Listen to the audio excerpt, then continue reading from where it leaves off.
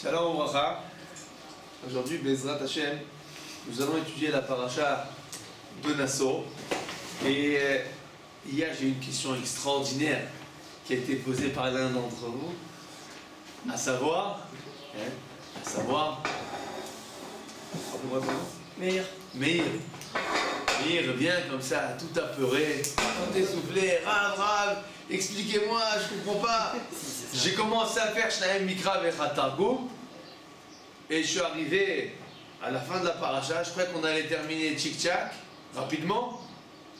Et quand j'allais commence à lire les korbanot, je vois que ça se répète, et ça se répète, et ça se répète, et ça se répète, et ça se répète, et ça se répète, et ça se répète, et ça se répète. 12 fois, on lit exactement les mêmes psukim. C'est fatigant. C'était donc la question de Meir. Alors j'ai dit à Meir, écoute, tu sais quoi? Demain, Blineder, on va étudier cette question. Alors voilà, demain c'est aujourd'hui.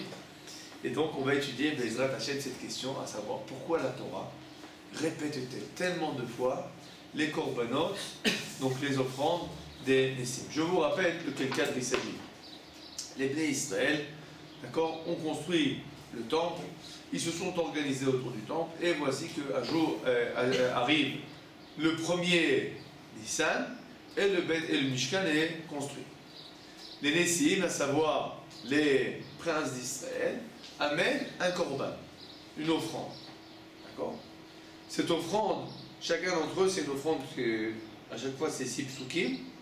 D'accord? Je lis la première. Donc le premier qui a amené son offrande, c'était le korban de Narshon ben Aminadab de la tribu de Yehuda. Et Korbano, et voici son offrande, Karat Kisepachat. Donc une casserole, on va dire. Donc qui est faite d'argent. Une, Shloshim Umea Mishkala, elle pèse 130 cycles d'argent, Mizrak Echad Kesef, Shivim Shekel Kodesh Nemelim, il y a de la solette, etc., et des taureaux et des agneaux, etc. Mais ce qui se passe, ce qui est interpellant, c'est que la Torah rappelle ça 12 fois. Pourquoi c'est interpellant? Parce qu'après, on aurait pu écrire ça une fois et dire. Tout cela, ils ont amené. Voilà, et tout cela, ils ont amené la même chose. Ça aurait été beaucoup plus rapide. Vous savez que la paracha de Nassau, c'est la paracha plus longue de la Torah. 176 psukim. On aurait pu éviter 50 psukim, tranquille. Plus même. Ça aurait été beaucoup plus court. C'est ça la question de. Quand on a une question pareille et tellement extraordinaire, qu'est-ce qu'on fait? Immédiatement, on se tourne vers le Midrash. Et là, vous allez avoir une surprise extraordinaire. Le Midrash le plus long de toute la Torah se trouve sur cette psukim. C'est pas sur Bereshit? Non. Peut-être Bereshit, peut-être. Ça veut dire que si vous regardez dans le Midrash Rabbah, la paracha la plus longue de toute la Torah dans le Midrash Rabbah, c'est la paracha qui traite des Nessim. Ça veut donc nous dire qu'il y a quelque chose véritablement de spécial à étudier dans cette paracha. Alors, je vous ai choisi, on ne va pas lire tout le Midrash, il est énorme. On va essayer de voir, on va dire, deux approches principales que nous allons trouver dans le Midrash vis-à-vis de ces corps. Alors, la première approche, vous l'avez devant vous. Bamidbar Rabba, Parashat Nassau, Parashat Yud Gimel, Ot, Yud, Dalet. Et donc je vous ai marqué dans le trit, Yud Dalet Vaelach. Yud Dalet et au-delà. Pourquoi Yud Dalet et au-delà? Parce qu'en fait, c'est pas que ça s'arrête à Yud Dalet, c'est Yud Dalet et après ça continue. La même idée. Quelle est l'idée? Nous allons voir tout de suite. Vekorbano. Et donc, Narshon ben Aminadab a amené le premier jour, il a amené son korban. Marao Anessim l'a créé le korbanot Beinei Hazel. Alors pourquoi les princes d'Israël ont-ils décidé d'amener le korban de telle manière? Rabbanan Amrim, nos sages nous ont dit Afapi chez korban Shabé Ikrivu Kulam. Bien que chacun d'entre eux, ils ont amené exactement la même offrande. Al Dvarim Gdolim Ikrivu. chacun d'entre eux a amené son offrande avec une pensée autre, et sa pensée était sur des choses très importantes. Et kol echad ve'echad lefi dato itri. Lefi dato. Chacun d'entre eux a amené ça en fonction de sa pensée propre. Itril Narshon, il écrit Seder Hamloucha. Alors par exemple, Narshon c'est qui? Narshon c'est le prince de Yehuda. Yehuda c'est la tribu de quoi? La tribu de la royauté. Donc quand Narshon a amené son korban, à quoi il pensait? À la royauté de la tribu de Yehuda. Kamash Imlicho Aviv Alechav. De la même manière que son père donc, a mis Yehuda en tant que roi sur ses frères. Comme ce qui est marqué dans le pasteur, tu vas être le roi de Israël.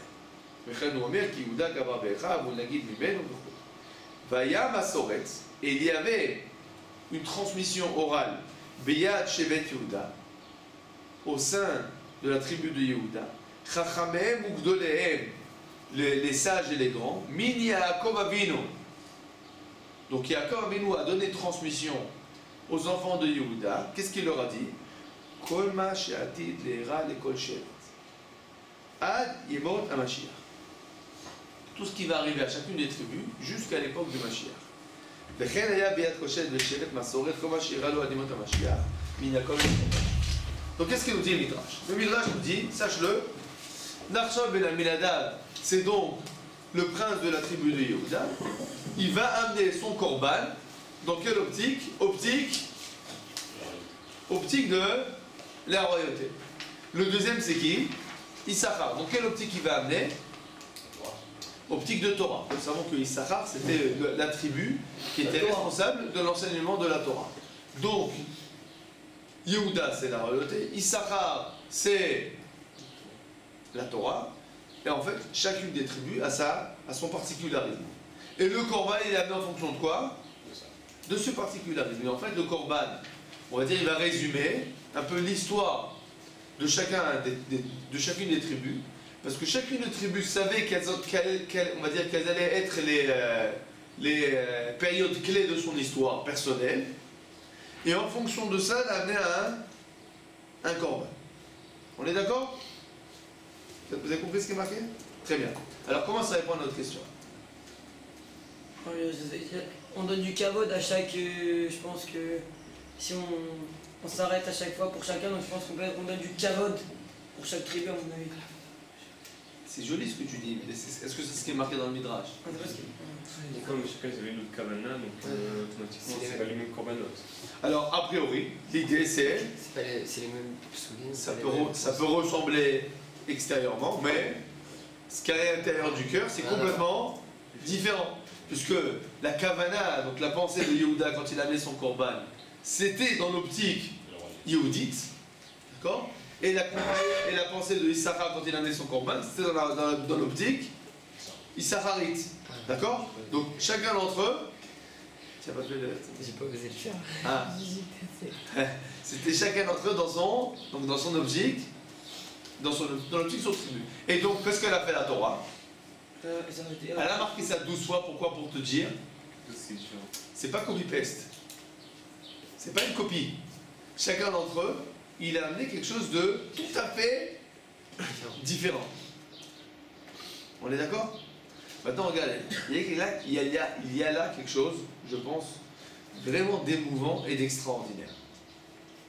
Pourquoi c'est émouvant et extraordinaire? Parce qu'il faut comprendre que ce qui s'est passé là, au niveau des tribus d'Israël, c'est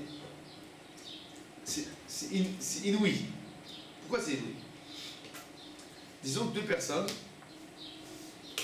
ils ont une kavana différente. Donc a priori, quel korban ils devraient amener?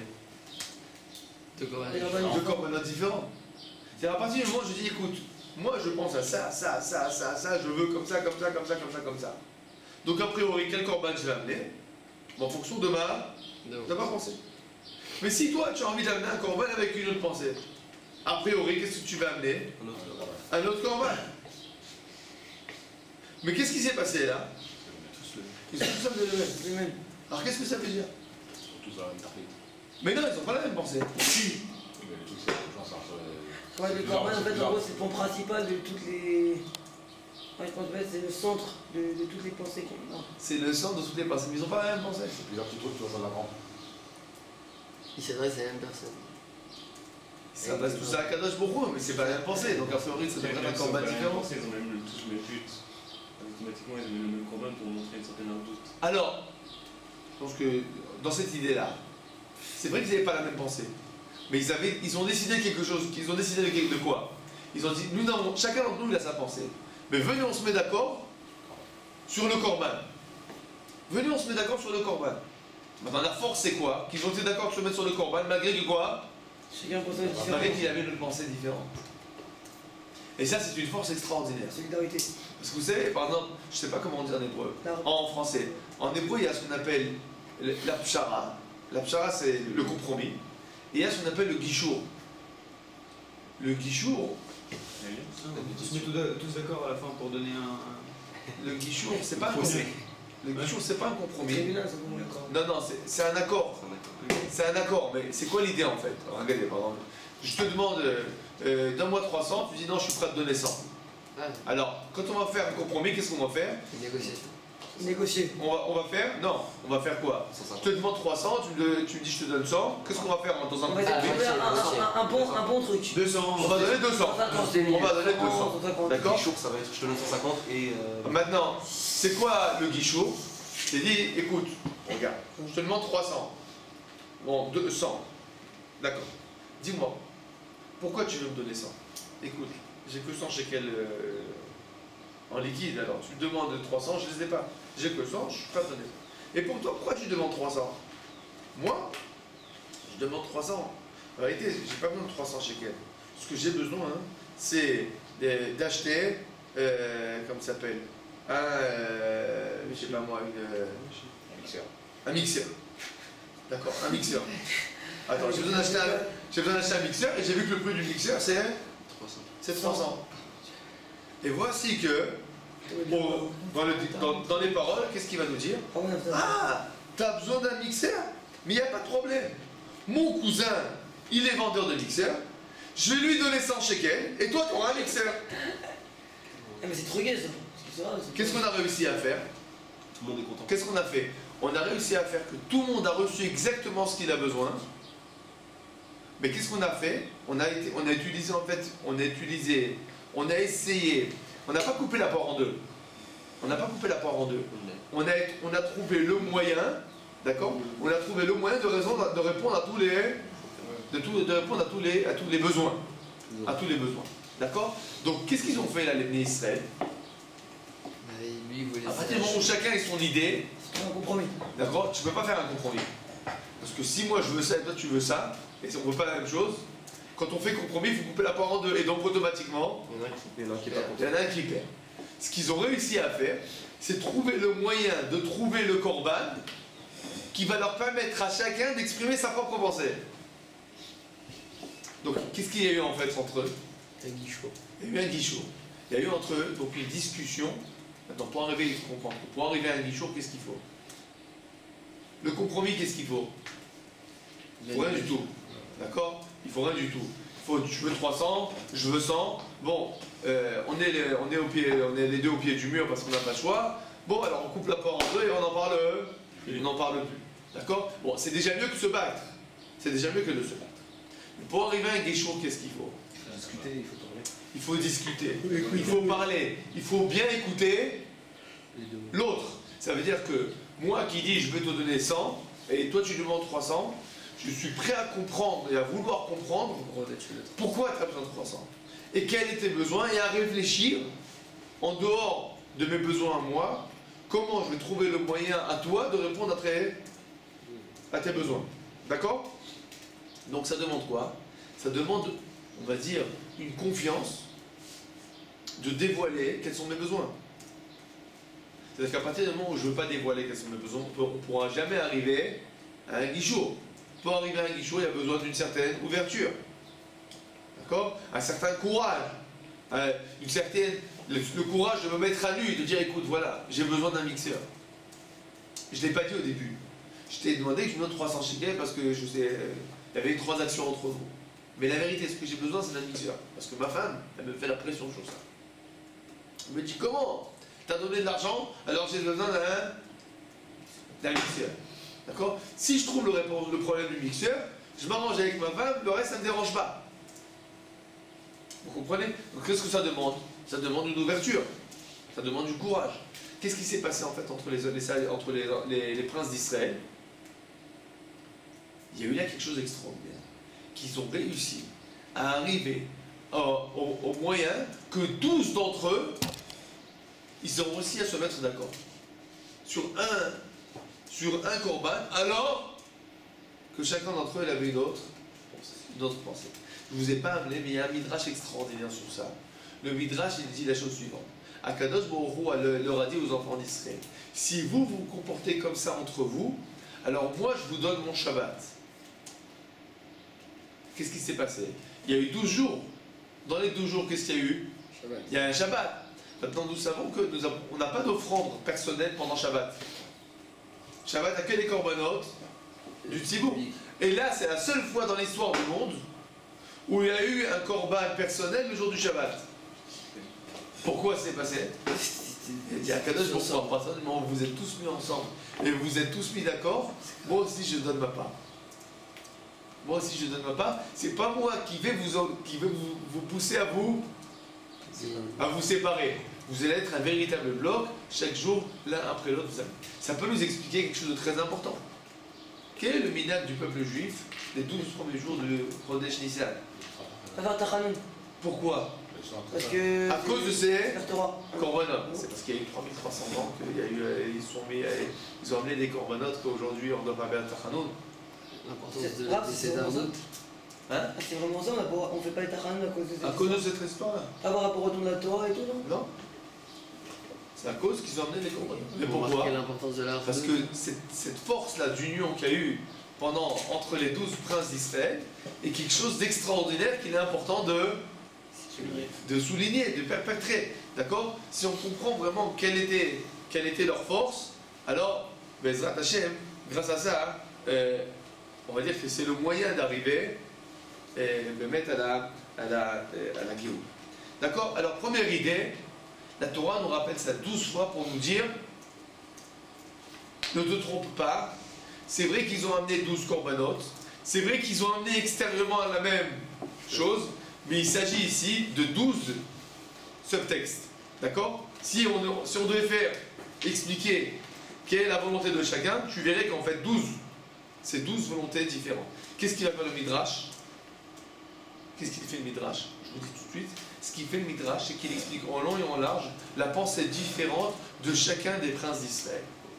Et c'est pour ça que le Midrash est très long, parce que pendant 12 fois, il explique quelle était la pensée de Nadab, Nachshon ben Aminadab, quand il a amené son corban, quelle était la pensée de Issachar ben Tsuar quand il a amené son corban, chacun des 12 tribus d'Israël. Ouais, la définition de toutes les tribus, genre c'est quoi Donc chacun en fonction de sa définition, de son identité propre. Et ça, vous verrez qu'en fait le Midrash vraiment nous dévoile le sens profond du Pshat. On est d'accord? Donc première vision des choses, il ne s'agit pas de 12 corbanotes les mêmes, il s'agit de 12 corbanotes complètement, foncièrement différents. Deuxième vision des choses. Nous regardons ensemble Bamidbar Rabba Parashat Naso Parasha Yuddalet Ot Yudbet.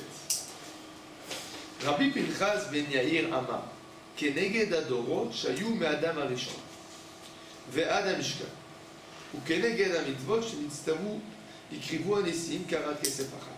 אל תקרא קערה, אלא עקרת. זה האדם הראשון שהוא היה עיקרת של בני אדם. Alors, קערת כסף אחת, c'est quoi? C'est vis-à-vis du ikar du monde, à savoir l'essence du monde. C'est qui l'essence du monde? C'est Adam Arishon. Pourquoi il se passe? C'est quoi ton problème? Ah, il y a une question, encore. Ouais, c'est marqué. C'est-à-dire, hier aussi, ça m'intriguait cette histoire. Alors, Al-Hashvi, marqué Béom, a acheté Assar.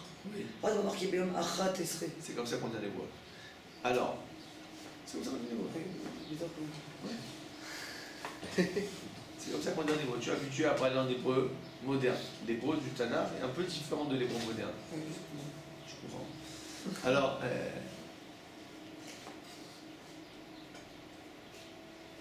Adam Arishon. Donc voilà, donc les 12 tribus, ils ont amené en fonction de Adam Arishon. Qu'est-ce que ça veut dire que les 12 tribus, ils ont amené en fonction d'Adam Arishon? Comment vous comprenez les choses? Quel rapport avec Adam Arishon là? Tu connais en fait. Quel rapport avec Adam Arishon? Qui avait fait une faute comme Arishon. Adam Arishon, il a fait une faute. Et alors? C'est le père de tous les. C'est le père de l'humanité. Et alors? Voilà. Dédicace. Non, Vas-y, on va faire. Maïka. Hashtag gros big up. Quelle idée, quelle idée. Essayez de réfléchir. Quel rapport entre Adam... Pourquoi le jour du Mishkan, on rappelle Adam Arishon? Pourquoi l'inauguration du Mishkan, on rappelle Adam Arishon? De dire là on est parti, là on arrive aujourd'hui. Pour dire là on est parti, on est arrivé, très bien, continue un peu, ajoute. Adam Arishon, c'est le moment où on a été séparés de Dieu. Adam Arishon, quand il a fauté, on a été séparés d'Akadosh Non, Baruch Hu. Très bien, et alors? Et là, on se relie. Et là on se relie. Donc en fait, on va dire comme ça, depuis Adam Arishon, on attend ce moment. Donc quand on arrive faire le Korban des Nessim, on dit, Yes. bon, Baruch Hashem, Adam Arishon, s'il aurait été là, il aurait été content de voir que finalement on a Fermez la boucle. fermé la boucle, d'accord? On a fermé la boucle de Adam Arishon qui s'est séparé d'Akadosh Baruch Hu quand il a quitté le Gan Eden, et maintenant qu'Akadosh Baruch Hu, on va dire, il revient résider parmi les hommes. Excellent, très bien. Dans ce midrash, comme vous le voyez, là ce qui est marqué, c'est que tous les Nessim, ils ont amené avec quel kavana? La même kavana. Donc ils ont tous amené avec la même intention. Donc là la question à se poser c'est quoi? Alors pourquoi tous répéter? Alors jusqu'à présent on a dit que c'était 12 intentions différentes, pas de problème.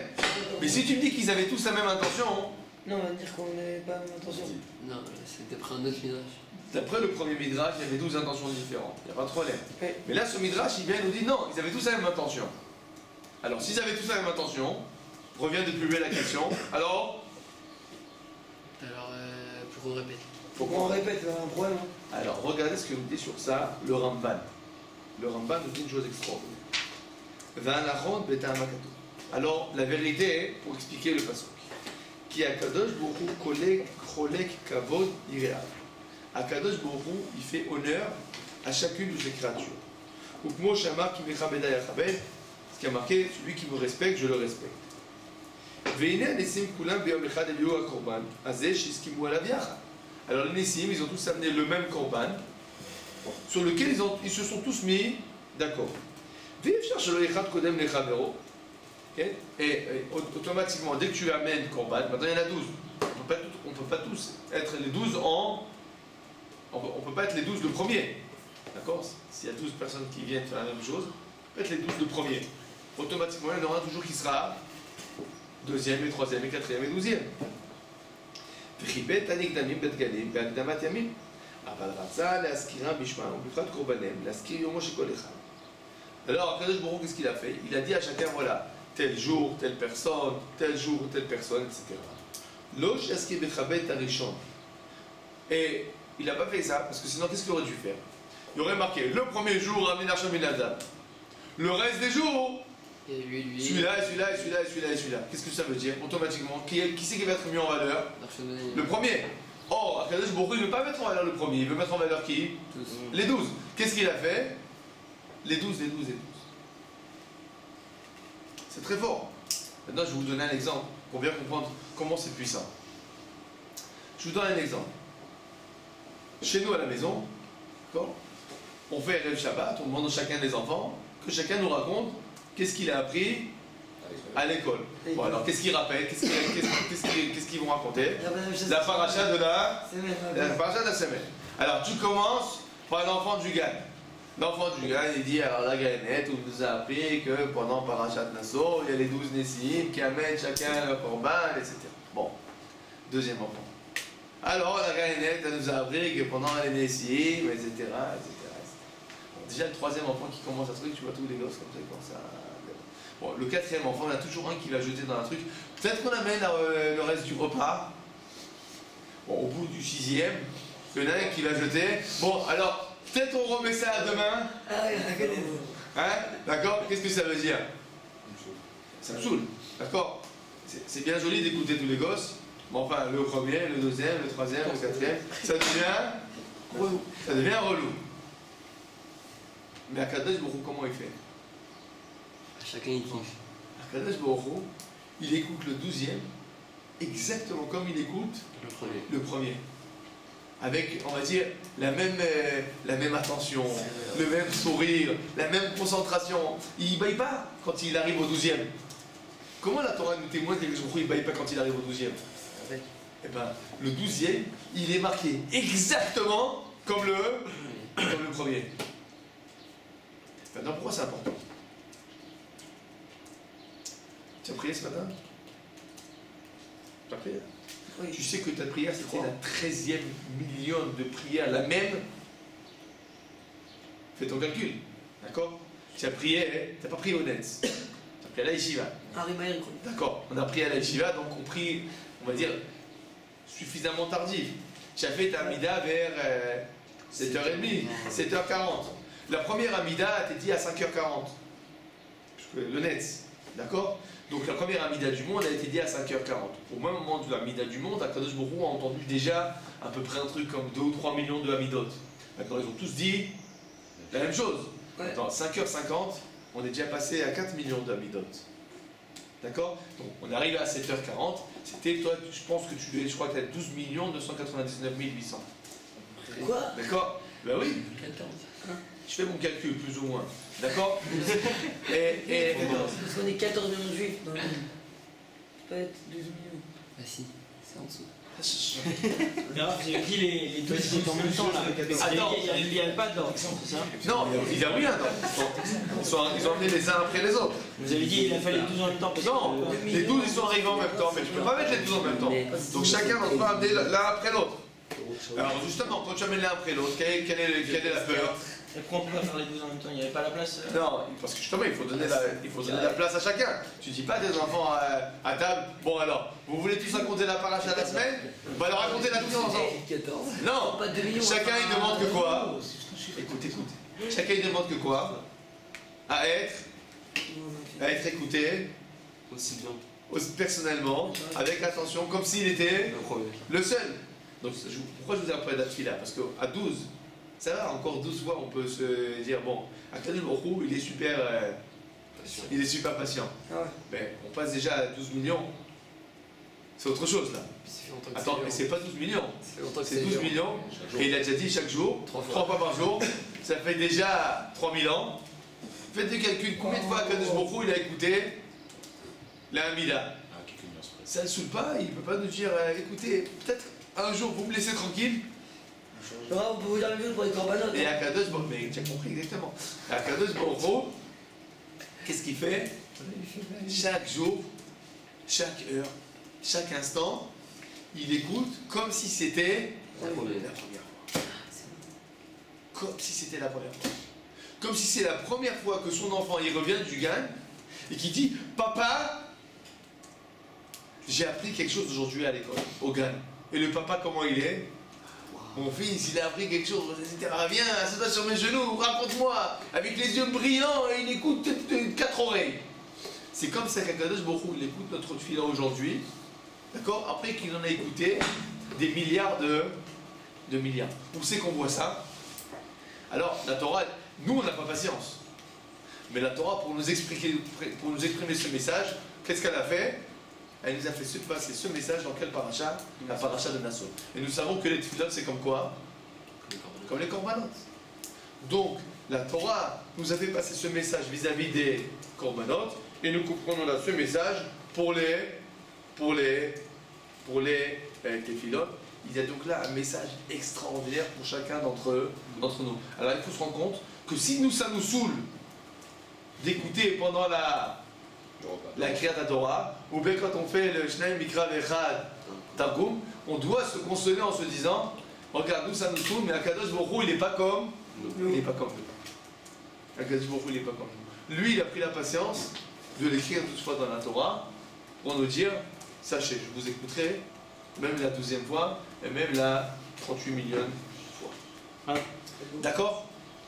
Mais du coup, pourquoi est-ce qu'on dit qu'on doit prier en minyan? Parce que sinon on va pas être écouté, parce que s'ils nous écoutent l'un après l'autre. C'est pas que, non, on peut être que il écoute chacun d'entre nous et il écoute chaque juif là où il se trouve, à n'importe quel moment où il se trouve et dans quelle situation où il se trouve. Il y a plus de force quand on vient en groupe. Pourquoi il y a plus de force quand on vient en groupe? Parce que ça ressemble un peu aussi à cet enfant qui veut raconter la paracha mais qui bégaye. Parce qu'il n'a pas bien écouté en classe. D'accord? Et il est bien content qu'il y a son grand frère avec lui qui est là pour lui souffler les bonnes réponses. D'accord? Donc quand on vient en groupe, alors il y a un moment où j'ai commencé à, à m'évader, à plus réfléchir à ce que je dis. Baruch Hashem, mon voisin d'à côté, lui il fait cette fille-là maintenant. À ce moment-là, lui il est bien concentré.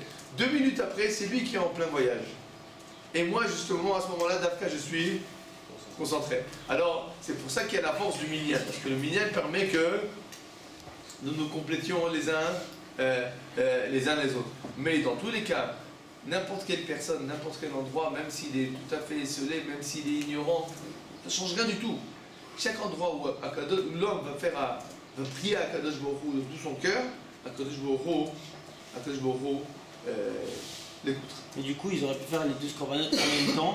C'est Akadosh Baruch Hu, il peut très bien les écouter, avoir l'attention pour chacun en même temps. Là, puisqu'il ne s'agit pas de 12 corbanotes, c'est 12 corbanotes qui sont personnels d'un côté, mais c'est 12 corbanotes des princes d'Israël, qui sont les représentants du peuple juif. Donc on a voulu donner à chacun véritablement sa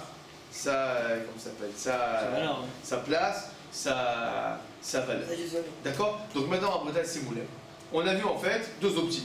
Première optique, il nous dit chacun il a sa kavana, et ça vient en fait nous dire la force des enfants d'Israël qui ont été d'accord de se mettre ensemble malgré les divergences qu'il y avait entre eux. La deuxième optique nous dit non. Le Bnei Israël, c'était facile de se mettre d'accord parce qu'en fait ils avaient la même idée, la même volonté. Qu'est-ce que la Torah vient nous exprimer? Il va nous exprimer, on va dire, à quel point Kadosh Baruch Hu il nous aime et à quel point il va nous écouter même au bout de la deuxième fois. Maintenant, oui. Si vous dites que le minyan, genre en mode. Ça veut dire que chacun est là pour compléter l'autre. Oui. Si c'est Tesha genre des Amaretz, genre ils comprennent pas ce qu'ils disent dans la Mida, et moi je suis moitié du dixième. Donc le mien il est censé pas compter vu qu'eux ils comprennent même pas ce qu'ils disent. Non, ça change rien parce que c'est pas forcément. Est-ce que quelqu'un va comprendre ce qu'il dit ou ce qu'il comprend pas ce qu'il dit? La question à quel point il épanche son cœur. Ça veut dire que la personne même qui va rien comprendre à ce qu'elle dit.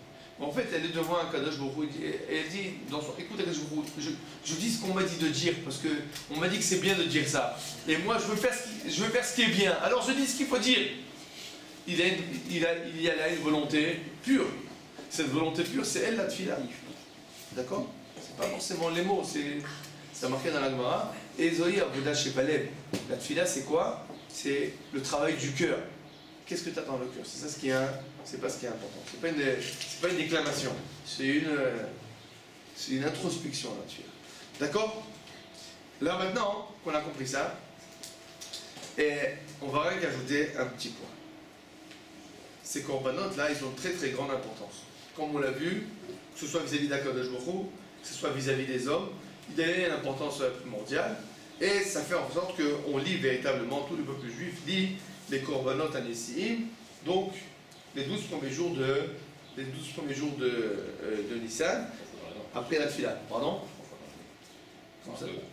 Non, il y a Hanouka, on lit aussi un Nissan. D'accord? Et je vais vous lire par rapport à ça un Zohar extraordinaire. Regardez ce que nous dit le Zohar. Détail. Amar Rabbi Shimon, il malait le écrivou, il aime Tressar Nessiim. Si les 12 princes d'Israël n'avaient pas amené leur corban, le monde n'aurait pas pu tenir devant les 12 princes de Ishmaël. Vous savez qu'à la fin de la paracha de Chaye Sarah, d'accord, il y a le dénombre des 12 enfants de Ishmaël qui étaient 12 princes de Ishmaël. Et le Zohar nous dit, sache que ces 12 princes-là, s'il n'y avait pas eu les 12 corbanotes de Nessim, le monde aurait été à leur merci. C'est ce qui est marqué dans le Zohar. À partir du moment où les Bnei Israël ont amené les 12 corbanotes, des 12 princes, ça a cassé, on va dire, la force de royauté. Et depuis, d'accord? Et grâce à ça, finalement, ils ne vont pas lever la tête trop haut. Pourquoi? Pourquoi les corbanotes des Bnei Israël, ils vont casser la royauté des corbanotes de Bnei Ishmaël?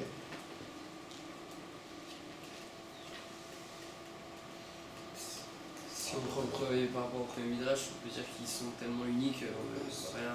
Alors d'accord, Oui. il a fait. Tu peux dire l'unité, l'union fait la L'union force. fait la force. Grâce à ça, les corbanotes ont dévoilé une tellement grande union que véritablement ça va casser la Et royauté. Dieu a plus de patience avec nous qu'avec eux, peut-être. Pardon? Dieu a plus de patience avec nous qu'avec eux. Dieu a plus de patience avec nous qu'avec eux. Non. Ça, je disais, Tu sais quoi, pourquoi je te dis non? Tu sais qu'on apprend que Kadosh Baruch Hu, il écoute l'homme, même quand il est mauvais, quand il prie de tout son cœur. Bon. On apprend ça de Ishmaël.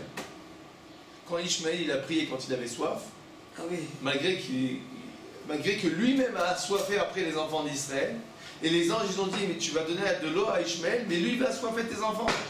Et Akadosh Baruch Hu il dit mais une seconde, maintenant, il prie de tout son cœur ou pas? Il prie de tout son cœur, je lui donne à boire. Donc on voit justement que Ishmaël a été, même une personne comme Ishmaël qui était, donc à ce moment-là, qui était... Pourquoi un chat à ce moment-là? À ce moment-là, c'était pas un rachat, mais ça allait être un rachat. Mais malgré ça, Akadosh Baruch Hu n'a pas regardé ça. Si ça, elle, Tu pries de tout ton cœur, je t'écoute. D'accord? Après, Donc là, c'est dur de Ishmaël. prier de tout son cœur si on a fait des. si ça, Bah, évidemment, Akadosh Baruch Hu, après, il a son décompte. Akadosh Baruch Hu, il est pris de tout son cœur, il t'écoute. Qu'est-ce qu'il va répondre? C'est autre chose. Mais il écoute. c'est comme ça. D'accord? Maintenant, Ben non, c'est je pense que la réponse à notre question est la réponse suivante. Pour comprendre ça, hein, on va regarder le Midrash, un autre Midrash. Le Midrash a nous dire ce suivant. Kivan Shenigmar Mishkan, quand le Mishkan a été terminé, Ikdimu Beviu Korban Bezrizut. Les enfants d'Israël, donc ils ont emmené le Korban avec vélocité. Adaou Dirti va écrire Messier Israël. Un mot. Alors ils ont dit Aréa Shah Shnafil Korbanot. Voici le moment est arrivé, nous devons emmener des Korbanot. Besimcha, avec joie. Chez Shartash, qu'on avait mis assez à nous, puisqu'un Kadosh Baruch Hu venu résider dans le temps. Kevan Shenesa Mishkan de Loya Chaser Kloum. Maintenant le problème c'est quoi? Le Mishkan il est terminé, il manque rien du tout. Alors qu'est-ce qu'on va amener en offrande? Des fois tu vas chez tes parents, tu dis mais qu'est-ce que je vais leur acheter? Ils ont tout ce qu'ils ont besoin. Acheter des fleurs. Hein? Alors j'ai acheté des fleurs. D'accord. Alors on va amener des fleurs au Mishkan. Ah non. Qu'est-ce que je vais acheter? Amro, Maïchanou qu'est-ce qu'on va faire? Al-Rou Beviu Agalot. Ils ont amené des charrettes. Des charrettes. Shiyu Nosim Alem et un Mishkan. Pour pouvoir porter le Mishkan. Qu'est-ce qui s'est passé? Ils ont construit tout le Mishkan. Mais à quoi ils n'ont pas pensé? Qu'est-ce qui n'a pas été construit? Transporter. Le transport Ça passe du tout. pour déplacer le Mishkan d'un endroit à l'autre. Alors qu'est-ce qu'ils ont amené les Nessim? Ils ont amené 12 charrettes avec les corbanotes qu'ils ont amenés. Alors qu'est-ce que ça veut nous dire? Qu'est-ce que le Midrash il vient nous souligner ici? Il y a toujours quelque chose à faire, tout à fait juste. Il y a toujours quelque chose à faire. Ils ont réfléchi en fonction de ce qu'Hachem il avait besoin. Ils ont réfléchi en fonction de ce qu'Hachem, parce qu'il avait besoin de ce qu'il attendait de nous. Voilà. Ce qu'il attendait de nous. Très bien. Je pense que ce que vous avez dit, c'est tout à fait juste. Je pense que l'idée est la suivante. L'idée est la suivante. La question est pourquoi on a besoin de princes? Pourquoi on a besoin de dirigeants? Pourquoi on a besoin de dirigeants? Quelle différence il va y avoir entre un dirigeant juif et un dirigeant pas juif? Quelle différence? Alors tu dis toi, Il n'y a pas trop de différence. il n'y a pas trop de différence. S'il n'y a pas trop de différence, il n'y a pas de raison d'avoir un juif. C'est ce qu'il nous dit. Qui c'est qui nous a dit ça? Le Zohar. Le Zohar il dit, s'il n'y avait pas eu les corbanotes, il n'y a pas de raison que ce ne soit pas Ishmaël qui soit les dirigeants du monde. Qu'est-ce qu'il veut nous dire par là? C'était quoi la forme? Ils ont été capables de voir quelque chose que le De voir ce qui manquait.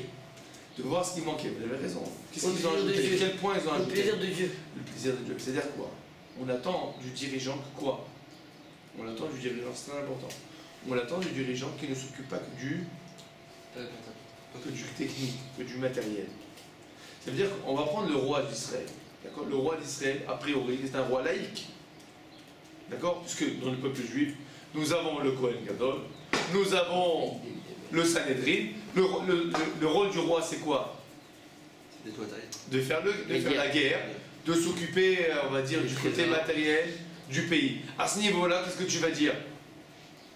Mais alors, pas juif, ça change. Hein? Voilà, qu'il soit juif, qu'il soit pas juif, qu'est-ce que ça change?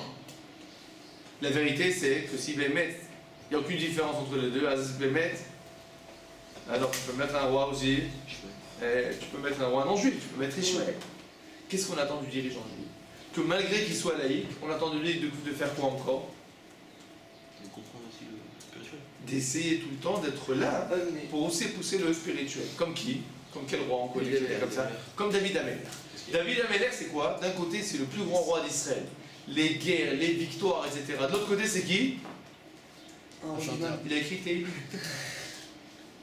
D'accord? Mais Rav, je vais vous poser une question. Il a écrit Théilim. Ça veut dire quoi? Ça veut dire que tu vois que dans David Ameller, la même chose, Shlomo Ameller, c'est qui? Une super puissance. Mais de l'autre côté, c'est qui? Kohelet, Shira Shirim, Chacham Mikol Adam. Ça veut dire Mishneh. Qu'est-ce que ça veut dire? Ça veut dire qu'on attend du dirigeant juif, malgré qu'il soit un dirigeant a priori laïque, d'être conscient que son rôle c'est quoi? C'est de véhiculer le Mishkan. D'accord? C'est quoi les Hagalot? C'est véhiculer le Mishkan. C'est de permettre de prendre le Mishkan avec nous. Donc c'est le côté technique qui va être, d'accord, à la... comment dire? Qui va servir à la... qui va être à la... au service, d'accord? Qui va être au service du côté spirituel. On n'attend pas véritablement du roi d'Israël qu'il enseigne la Torah au peuple juif, d'accord? Mais on attend du roi d'Israël qui soit là pour aider tout ce qui est nécessaire au niveau spirituel, qui soit là véritablement, on va dire, cette charrette qui permet de faire avancer, qui permet de véhiculer. À partir du moment où les Bnei Israël ont amené les Haganot, qu'est-ce qui s'est passé? Alors le joug de Ishmaël a été cassé. Il y a oui nécessité d'avoir un dirigeant. Non, d'avoir un dirigeant juif. Oui. J'ai une chida. On va arrêter un peu l'histoire de la Torah et tout, maintenant on va se... On va parler d'actuellement. En fait, ce qui est triste, c'est que j'ai l'impression que tout ce qu'on voit dans la Torah, où il faut mettre tous les dirigeants et tout, un bon qui s'y connaissent bien, j'ai l'impression qu'on a tout perdu. Parce que, par exemple, moi j'ai pas ça, mais par exemple, j'ai pas entré dans la politique, mais quand par exemple on a Netanyahu, il ose dire qu'Israël ne sera jamais un État religieux, je veux dire, c'est triste parce que j'ai l'impression que tout ce qu'on dit là, c'est pas réel. Alors, tu as 100% raison. C'est triste d'entendre le dirigeant du peuple juif qui dit que l'État d'Israël ne sera jamais un État religieux, mais nous avons confiance qu'il peut dire jusqu'à demain matin ce qu'il a envie de dire. L'État d'Israël sera, oui, un État religieux. Pas demain matin. D'accord? Et pas religieux dans la manière dont il voit les choses. Le problème, c'est quoi? C'est que Netanyahu, par exemple, ou d'autres dirigeants comme lui, d'accord? Ils ont l'impression qu'un État de halakha, c'est comme ça s'appelle, c'est l'État avec la charia. Que demain matin, on va jeter les gens par-dessus les immeubles, qu'on va les dilapider, qu'on va couper des pieds et des mains en veux-tu, en voilà. D'accord? Donc évidemment, tu leur dis un État de halakha, ils ont l'impression que j'ai fait Chinoun Shabbat, j'ai allumé la lumière, on va me dilapider sur la place publique. Bon, ils ne sont pas du tout conscients comment ça marche un État de halakha. D'accord? Donc il y a une certaine phobie qui vient d'une énorme ignorance. D'accord? Maintenant, c'est triste. De l'autre côté, regarde, le seul pays du monde, d'accord, où on va aider l'étude de la Torah d'un point de vue de l'État. D'accord? C'est qui? C'est l'État d'Israël. Tu vois bien que l'État d'Israël en tant qu'État est une sorte de charrette qui va permettre de pousser le Mishkan. Alors, il y a des soubresauts dans cette charrette. D'accord? Il y a des moments où on ne comprend pas. Il y a, comment ça s'appelle, des montées et des descentes. D'accord? Des hauts et des bas. On va dire des expressions malheureuses. Et finalement, nous avons confiance que Akadosh Baruch Hu, qui nous a ramenés après 2000 ans sur notre terre, c'est pas que pour que nous soyons un peuple comme tous les peuples. D'accord? C'est pour arriver à véritablement jouer notre rôle historique, notre rôle historique sur, on va dire, sur la place de l'histoire mondiale. Ce rôle historique sur la place de l'histoire mondiale, c'est d'être un exemple véritablement au niveau de notre conduite, etc. Maintenant, on voit déjà aujourd'hui que en fait, le peuple juif est un peuple exemplaire au niveau de beaucoup de domaines. Je ne sais pas si vous avez entendu le discours du président du Canada, le Premier ministre du Canada. D'accord? Et lui là-bas, ils lui ont posé la question pourquoi tu es pro pour l'État d'Israël. Alors il a fait tout un. Il a préparé un certain. Un film. Un film. Il a préparé un film, d'accord, où il explique pourquoi il est pro l'État d'Israël. Un des points qu'il dit là-bas, il dit vous ne trouverez jamais un pays avec une armée tellement. Non, avec une armée Tellement solidaire. Non, tellement morale. Ah oui, c'est vrai. Avec tellement morale. Vous ne trouverez jamais un pays où on permet aux ennemis, de s'exprimer et d'être élus députés. D'accord? On ne trouvera jamais un pays pareil. Donc il dit il y a une souveraineté morale du peuple juif dans son État qui nous laisse, on va dire, qui nous laisse bouche bée. C'est pour ça que je suis pour le peuple. Oublie qu'on est d'accord ou pas d'accord. On est d'accord. On est d'accord que l'armée d'Israël et l'État d'Israël doivent se comporter de façon tout à fait morale. Et des fois on dit qu'il y a une morale qui est devenue morale, comment ça s'appelle, immorale. Oui. On ne doit pas laisser nos ennemis nous manger de l'intérieur, d'accord? Mais la question elle n'est pas là. La question c'était, est-ce que nous commençons à jouer, est-ce que l'État d'Israël nous permet de jouer ce rôle historique d'être une lumière pour les nations? Alors oui, d'accord? L'État d'Israël nous permet de jouer ce rôle, mais on est encore, on va dire, dans les Début. dans les débuts, d'accord, dans les prépices de ce rôle historique qu'on est censé jouer, mais ça va venir. Alors que Netanyahou dise l'État d'Israël ne sera pas un État de l'Arabe, d'accord, j'aime beaucoup Netanyahou, mais il me fait rire. Pourquoi il me fait rire? D'accord, du haut de ses 22 ans ou 23 ans d'état, de chef d'État, c'est pas lui qui va apprendre à nos Névi'im qui ont dit 2000 ans à l'avance ce qui allait se passer. D'accord. Lui, il n'était pas capable de prévoir qu'il n'allait pas réussir à faire un gouvernement. Donc il n'était pas capable de prévoir ce qui va se passer 3 jours après. D'accord. Nos Névi'im, eux, ils ont prévu ce qui allait se passer 2000 ans après. Donc nous avons plus confiance dans les Névi'im que dans Bibi. D'accord. On aime beaucoup Bibi, mais il y a des limites. D'accord. Il y a des limites. Nous avons plus confiance dans les promesses de la Torah, d'accord, que dans toutes les promesses. Donc si tu veux, c'est Bibi qui dit il n'y aura pas d'État juif. Et Bibi qui dit il n'y aura pas d'État religieux. C'est comme